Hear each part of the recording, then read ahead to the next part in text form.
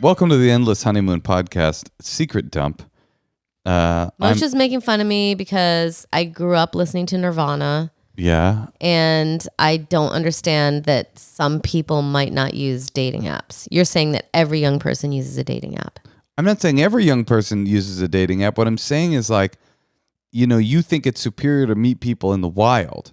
And it might be true that it's superior to meet people in the wild when it comes to dating, but it's so impractical in terms of ease compared to dating apps. It's like, Amazon. Have you ever heard of Amazon.com? Do you know about Amazon? I'm a huge Bezos fan. We're all Bezos buddies.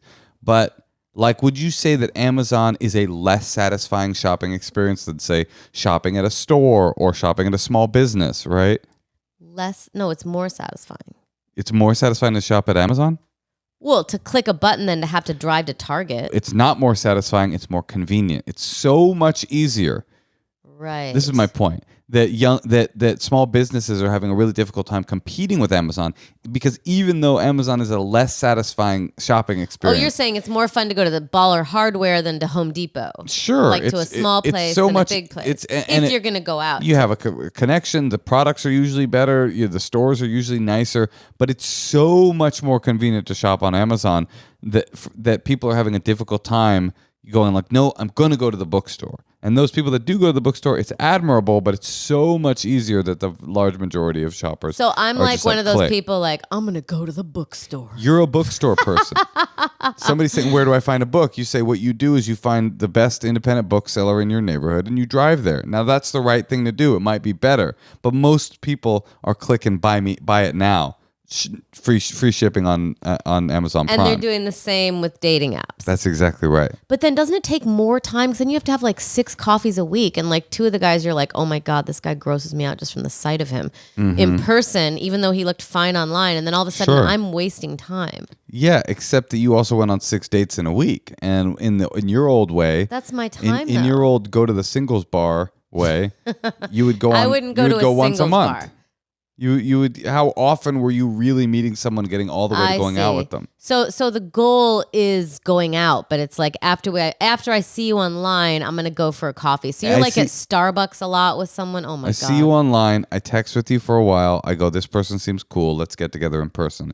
We get together in person. You seem to really know how people are dating right now. The person that seemed cool. You get together in person. The person that seemed cool reveals that he's actually only there for casual hookups and tries to convince you to have sex with him. That's kind of the way it goes. I'm sorry I interrupted that because that is probably true. Yeah, it probably is, right? That's wow, you were really engaged and really cool in the text thing. So maybe it doesn't work. That's the thing. That's why maybe it's better to sniff someone out because you can kind of you can even tell if people are cool in person. It does seem to work though because I do crowd work stuff and I'll say where do you two meet and more and more often it'll be on an app. Now I will also say that most people who are in love who met on an app didn't meet on Tinder and didn't meet on the hookup apps. Where did they meet? Plenty of Fish, I hear a lot. Coffee Meet Bagel, I hear a lot. And the end goal is that they're so in love they're at a Moshe Cash. They're in the front row of a Moshe Cash. That's the end goal of every relationship. Yeah. Yeah. I'm surprised you even asked. Natasha. Yeah. Would you like to transition this conversation to listening to some secrets? Yeah, let's do it. Hi, guys. I have a secret. So just got done listening to the Funky Fart episode. I do the same thing. Plus, sometimes when I go poop, I will sniff the toilet paper before flushing it. Done this for a long time. Don't know why. It's not every time, but I sniff my wipe from a poo. Ew! That's what she does? Yeah. Ew, that is so gross. It's so funny that Wait, she wipes her ass then smells it? It is so funny I can't. Can't what? You did. Yes, you can. Because here you are. You've done it before, I can tell. I've never done it. You seem like really akin. Like you seem like this is a kindred spirit for you.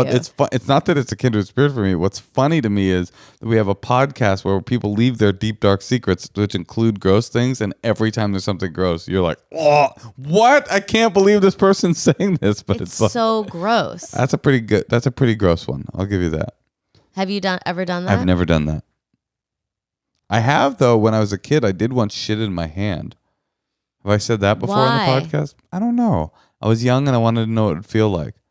What? So in the toilet, I reached in and I just shit all the way, a full shit in my hand.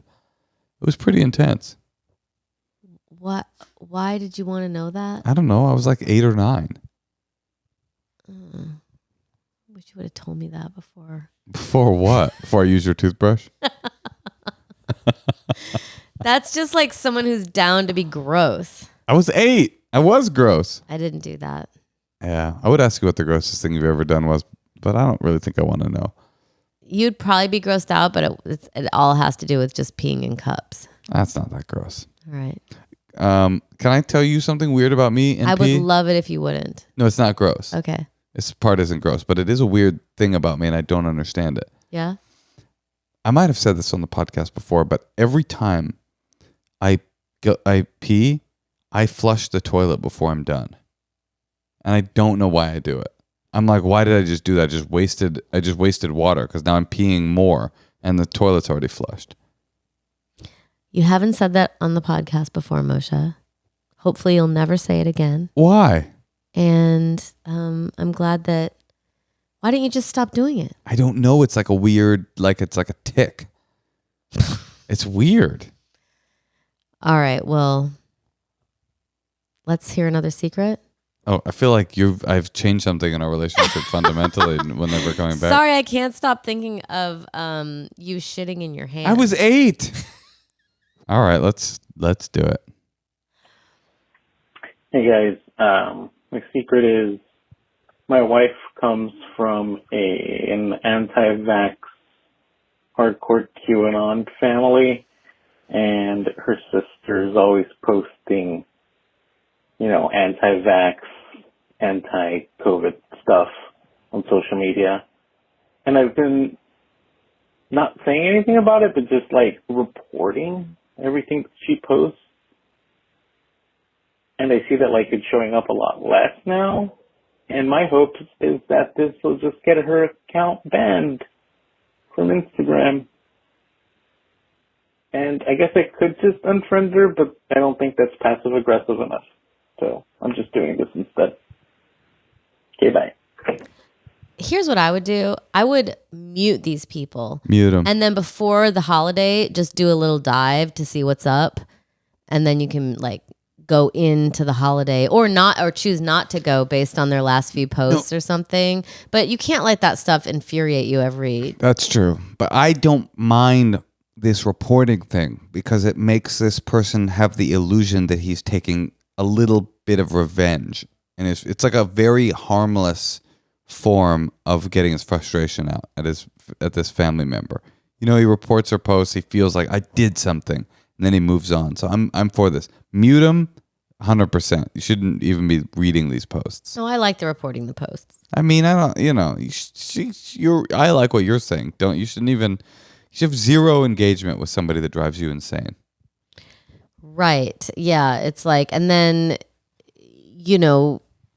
your wife, I'm sure, doesn't agree with them. And then you just have to strategize together how often you'll see them and what you'll do. Do you think QAnon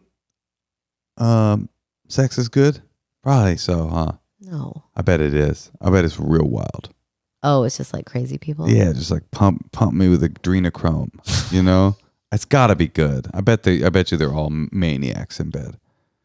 Moshe. I want to have sex with a QAnon woman. If there's anybody out there that would be interested in being a third, you do have to be vaccinated though. So that might create an issue. All right, let's hear another one. One more secret. Hi, Natasha and Moshe. Long-time listener, second-time secret teller. Oh, okay. I wanted to tell you that, so I'm happily married with 2 children, none of which is a secret. we live on the second floor of a rickety old house. And on another note, my wife and I have been on something of a hot streak lately, which has been really fun. However, our rickety old house is also in a city that occasionally has an earthquake. And twice now, each one of my children has come in soon after she and I are wrapping up to let us know that they are positive they just experienced an earthquake. Meanwhile, we're all wrapped up in sheets and out of breath and being like, yeah, wow, that's pretty crazy, huh? So that's my secret. Huge fan. Love the podcast. Hell Thank yeah, you. Daddy's Bye. little earthquake. I am horrified that our child will see us having sex. I just don't care. It'll probably happen, and it's I part would of the love it formative. if it didn't. Well, then we should lock the door. It's pretty simple to avoid. But, what if one night she comes out, What can you do? I feel like that would be traumatizing. It's not traumatizing. It just is something that's gross. It's like shitting in a hand. Seeing your parents fuck is like realizing your husband wants shit in his hand. It's not a great memory, not a great thing to visualize, but in the end, it's not going to change how you feel about the person. I respect that you didn't do it again. Thanks, hon. Put her there. Ew. That's the hand. Tosh, I got to go. Okay, yeah, me too. I got to check on my kid. Yeah. I love you. I love you too. I love you. I love you. I love you.